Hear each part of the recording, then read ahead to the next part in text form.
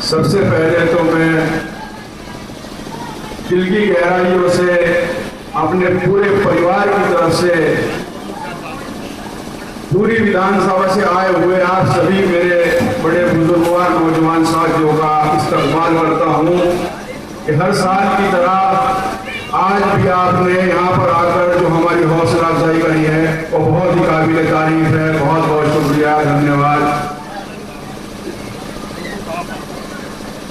मंच पर उपस्थित हैं सभी में आज कई प्रोग्रामों में इससे पहले भी किसी वजह से पूरे विधानसभा को बहुत बहुत शुभकामनाएं प्रस्तुत करता हूं कि आज हमारी बहन जी का जन्मदिन है।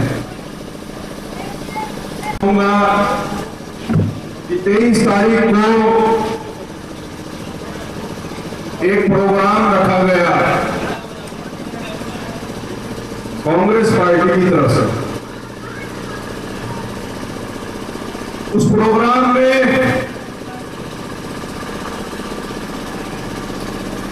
उन लोगों ने इतनी भी शर्म नहीं करी कि मेरे वालिद मरहूम जिनका इंतकाल हो गया है वो इस दुनिया से पर्दा कर गए हैं, उस दिन भी उन्होंने उनका मजाक उड़ाया।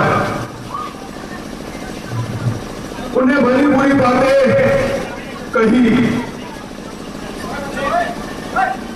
हमारा दिल इस चीज से बहुत आहत है।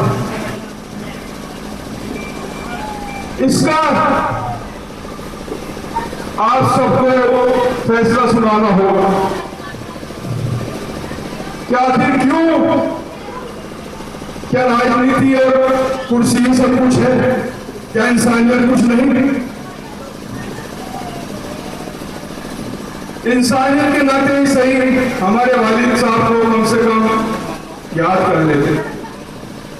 याद किया तो किस रूप में कि उनको भला बुरा कहा। इतने सम्मानित लोग कहलवाते हैं आप नाम को और ये भी नहीं जानते कि जिसका इंतकाल हो गया है हमें उसके लिए दुआ करनी चाहिए, उसके आला मर्तबे के लिए ज्यादा से ज्यादा फातिहा पढ़नी चाहिए। आप अभी उन्हें खरी खोटी सुना रहे हैं। बहुत अफसोस की बात है, आपसे लड़ने के लिए वो हमें यहां छोड़ रहे।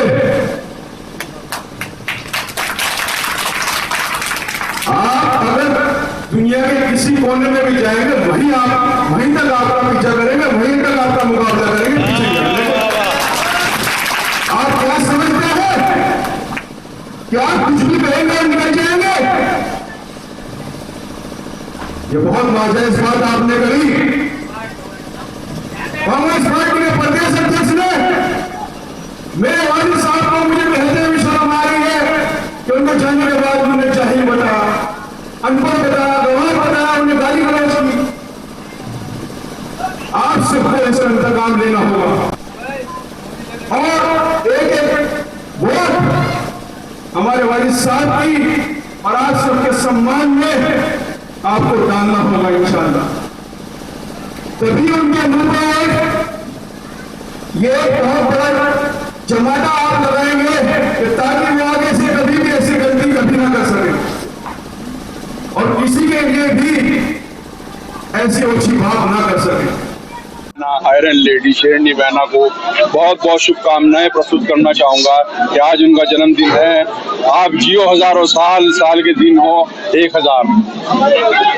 उनकी सोच आप सबके सामने है। इन्होंने 23 तारीख में भी जो है हमारे वालिद साहब के लिए ये भी नहीं सोचा कि भाई वो एक दुनिया से पर्दा कर गए मरहूम हैं, उनके बारे में एक अच्छी बात बोलनी चाहिए थी। उसके बावजूद उन्होंने जो है उनके साथ उल्टी सीधी, उनकी बारे में उल्टी सीधी बातें कही। ये बहुत ही अफसोसजनक बात है और उपचुनाव के लिए हम सब पूरी तरीके से तैयार हैं। इंशाअल्लाह पूरी बहुजन समाज पार्टी और हम सब आदरणीय बहन जी का आशीर्वाद है तो इंशाअल्लाह सब हम बिल्कुल एक तरफा होकर चुनाव लड़ेंगे और जीत दर्ज करेंगे बहुत भारी मतों से। देखिए, वो लोग चुनावी साल में ही आते हैं, चुनावी साल में वो दो चार चीजें करते हैं और लोगों को बहलाने की कोशिश करते हैं, लेकिन यहाँ की जनता बहुत जागरूक है। अब माशाल्लाह सब पढ़े लिखे हैं, अब उनके बहकावे में आने वाले नहीं है। सर, उस कैंप कार्यालय में लगभग 50 तक लोगों को सुख सुविधा देना नहीं है, चिकित्सा देना नहीं है। उनका मकसद सिर्फ एक ही है कि भाई राजनीति हमारा चुनाव आने वाला है तो उसकी राजनीति की जाए, सिर्फ ये मकसद है।